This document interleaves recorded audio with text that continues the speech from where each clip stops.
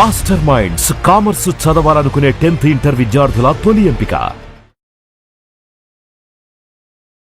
నమస్తే రమగారు. నమస్తే జయ. ఏదైనా ఒక మంచి కథ చెప్పండి.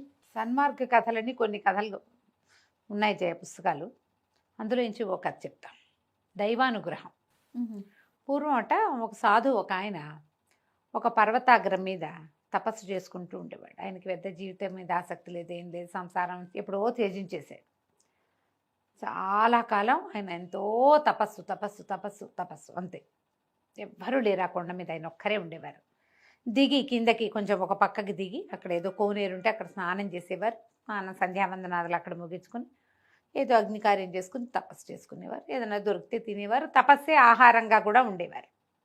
అయితే ఏమైందట, ఒకనాడు ఐశ్వర్యానికి అధిష్టాన దేవత అయిన అమ్మవారు అతనికి ప్రత్యక్షమైంది. ఈ సాధువుకి ప్రత్యక్షమై, నాయన, నీ కర్మ పరిపక్వత చెందింది, నీతో కొంతకాలం నేను ఉండాలి, నా అనుగ్రహంతో ఉండాలి నీకు, నిన్ను అనుగ్రహించడానికి వచ్చానని చెప్పింది.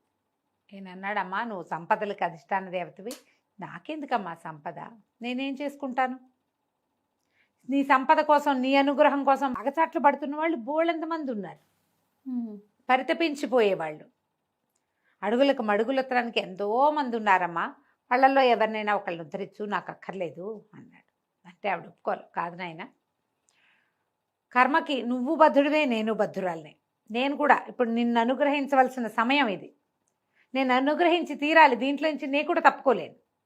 నువ్వు ఇంత తపస్సు చేసావు, నిన్ను నేను అనుగ్రహించాలి, కాబట్టి నన్ను నీతో ఉండనివ్వు, నేను నీతోటే ఉంటాను, నీకు చాలా అనుగ్రహం లభిస్తుంది, నాది నీకు సంపద వస్తుంది, రాజానుగ్రహం లభిస్తుంది, చాలా గౌరవ మర్యాదలు లభిస్తాయి, అద్భుతమైన జీవితం ఉంది నీకు అన్నది.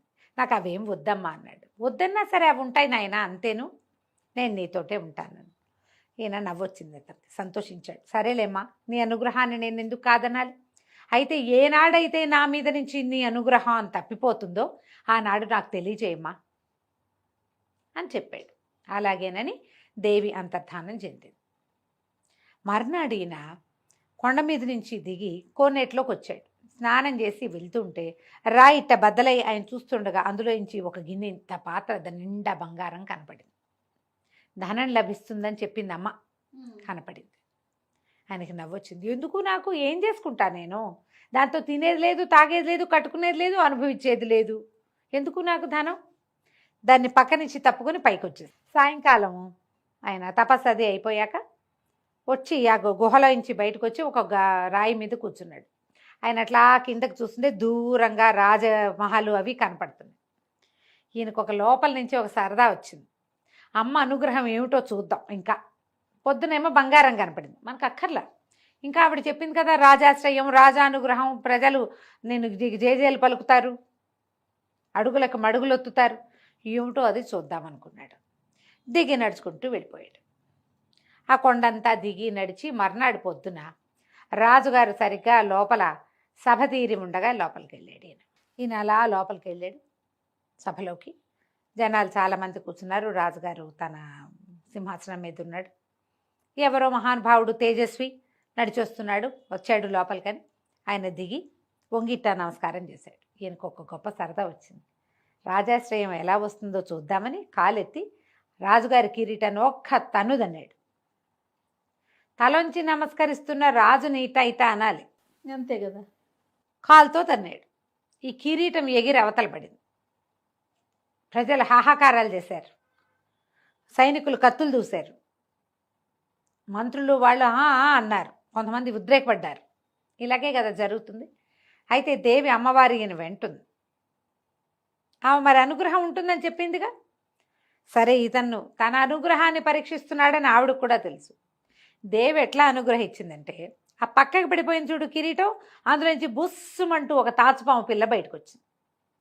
ప్రజలు మళ్ళీ హాహాకారాలు చేశారు. అయ్య బాబోయ్, రాజుగారు ఆ కిరీటం రాత్రి పక్కన పెట్టి పడుకుంటాడు, ఈ తాచు పిల్ల ఎప్పుడో అందులో చేరింది, ఈయన చూసుకోకుండా పొద్దున్నే ఈయన ఎత్తిమీద పెట్టేశారు. చెలికెత్తలేవరో వాళ్ళే కదా దాసులు పెడతారు.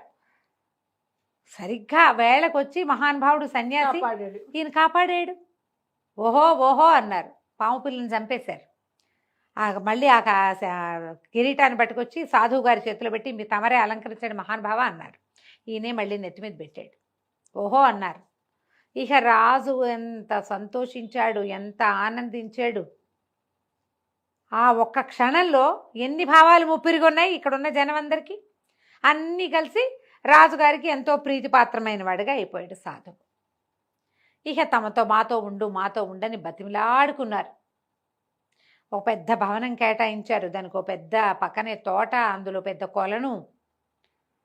మాతో ఉండండి అని బతిమిలాడి కొద్ది రోజులు ఉంచుకున్నారు. ఈయన ఏం చేశాడు, కొన్నాళ్ళు గడిచాక దేవి అనుగ్రహం కనపడుతోంది. అడుగులకు మడుగులొత్తుతున్నారు. ఏ దేవాలయానికి వెళ్ళి ఆయన నడిచి వెళ్తే జనం అంతా తాగిలి పడిపోతున్నారు. రాజును కాపాడాడు మహానుభావుడు. కొండ మీద ఉన్న ఆయనకి రాజుగారి నెత్తి మీద ఉన్న కిరీటంలో తాచుపాము పిల్ల ఉందని తెలిసిందంటే సామాన్యమా మరి? అదే కదా కదా. అయితే ఏమైంది, ఈయన చూడగా ఒక రోజు రాత్రి ఆయనకి ఏమనిపించింది, అసలు దేవి అనుగ్రహం ఇంకా ఎంత ఉందో చూద్దాం.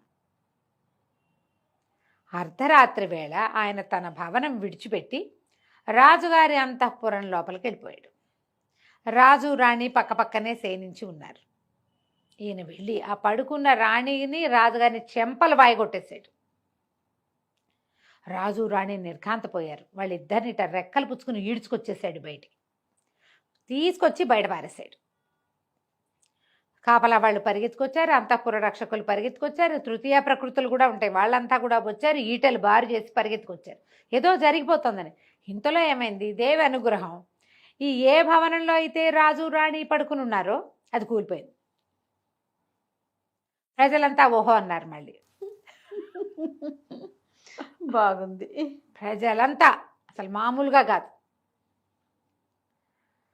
రాజు రాణి ఇద్దరినీ కాపాడాడు. 2 సార్లు రాజుగారి ప్రాణాలు కాపాడాడు ఆయన. అందరూ అక్కడి నుంచి ఆ భవనం పడిపోయింది, దాన్ని ఎత్తారు. అవన్నీ ఈయన్ని మళ్ళీ ఇంకో ఓహో అన్నారు. ఇంకా కొంతకాలం ఉంచుకున్నారు. సరే, ఒకరోజు ఏమైంది, ఈయన తోటలోకి వెళ్ళాడు. వెళ్తే ఒక చక్కటి పసుపచ్చటి మామిడి పండు ఒకటి కనపడింది ఆయనకి. వెళ్ళి ఆ పండు కోసి పండు చేత్తో పుచ్చుకుని అటు ఇటు తిరుగుతుంటే రాజుగారు వచ్చి పొద్దున్నే దండం పెట్టాడు. మధ్యాహ్నం ఏమో అయిందిలే, దండం పెడితే ఈయన ఆ పండుని చేతిలో పెట్టాడు. ఈయన అదేదో ప్రసాదంగా భావించి రాజుగారు ఆ పండుని కళ్ళకద్దుకుని తీసుకుపోయాడు. మర్నాడు తింటాడు. చీకటి పడింది. సాధువుకి కల్లో కనపడింది అమ్మవారు. నాయన, నా అనుగ్రహం సమయం అయిపోయింది, నేను వెళ్ళిపోతున్నా, ఇంకా నేను నీతో ఉండట్లేదు చెప్పి. సరేననుకున్నాడు. పొద్దున్నే ఈయన లేచాడు. రాజుగారు కూడా ఉదయకాల స్నానం సంధ్య ముగించుకుని సాధువు గారు ఇచ్చిన మామిడి పండుని కొరికాడు. ప్రసాదం కదా, స్నానం ముగించుకుని తిందామనుకున్నాడు. ఎప్పుడైతే అది కొరికాడో అందులో ఏం విషం ఉందో తెలీదు. రాజుగారు కళ్ళు తిరిగి పడిపోయాడు. చేతులు అవి నీలంగా అయిపోయినాయి, పళ్ళు అవి రంగు మారిపోయినాయి. గందరగోళం నెలకొంది. రాణిగారు కేకలు పెట్టింది. సైనికులు పరిగెత్తారు, చెలికత్తెలు పరిగెత్తారు, వైద్యుల్ని పిలిచారు. ఈయన మీద విషప్రయోగం జరిగింది అని బయటపడింది. ఎక్కడిది విషప్రయోగం? పండు ఎక్కడిది? మామిడి పండు ఆ గురువు గారు ఇచ్చాడు. అంతే. వెంటనే వాళ్ళకి ఏమనిపించింది, 2 సార్లు కాపాడితే ప్రాణాలు ఆయన నెత్తి మీద పెట్టుకునేసరికల్లా ఆయన ఈ రాజ్యం హడపాయించేయాలని చూశాడు. రాజుకి తనని నమ్మించి విషప్రయోగం చేయబూనాడు. చంపేయండి, పెడరెక్కలు వెరిచి పట్టరండి సాధువుని అన్నారు. కానీ రాజు వారించాడు, వద్దు ఆయన ఇక్కడి నుంచి పంపించేయండి అనగానే పరిగెత్తుకుంటూ సైనికులందరూ వెళ్ళి సాధువు గారిని చేతులు పుచ్చుకుని బయటికి తీసుకొచ్చేసారు. కొండ దాకా తీసుకెళ్ళి విడిచిపెట్టారు. ఈ మంత్రి చెప్పాడు, ఏ సాధు, నీ వల్ల రాజు 2 సార్లు బతికాడని నిన్ను క్షమించి వదిలిపెడుతున్నాం, లేకపోతే నిన్ను అక్కడే అంతఃపురం దగ్గరే హతమార్చేసేవాళ్ళం. మళ్ళీ కొండ దిగి రావద్దు, మా రాజుగారి దగ్గరికి నువ్వు రావద్దు, వెళ్ళిపో. ఆయన నవ్వుతూ తన దారిని తన కొండెక్కి వెళ్ళిపోయాడు. భగవద్ అనుగ్రహం ఉంటే ఇలా జరుగుతుంది. ఎప్పుడైతే ఆ కాస్త అనుగ్రహము తప్పిందా అంతే సంగతి. అంతే. అనుగ్రహ శక్తి ఇలా ఉంటుంది. దేవుడు నిన్ను పూనుకున్నాడా, పూనుకుంటాడు.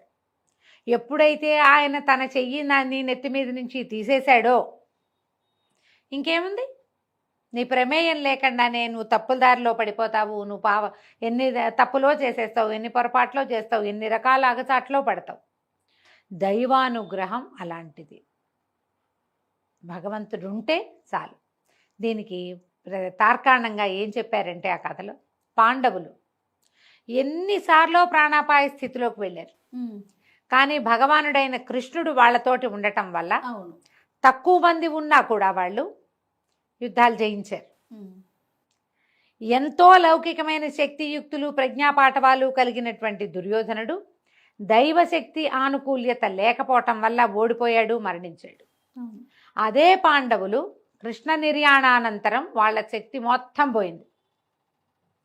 కృష్ణుడు వెళ్ళిపోయాక అంతే. అర్జునుడు కృష్ణుడి భార్యల్ని మనకి హస్తినాపురానికి తీసుకొస్తే ఎవరిని దస్యులు వాళ్ళు వీళ్ళు భిల్లులు వెంట పడితే వాళ్ళని జయించలేకపోయాడు ఆయన. గాంధీవం పనిచేయలే అతనికి, ఏమీ చేయలేక లేదు. ఆ దైవ బలం మన పక్క నుంచి తప్పిపోయిందా ఇక మనం చేసేదేమీ లేదు.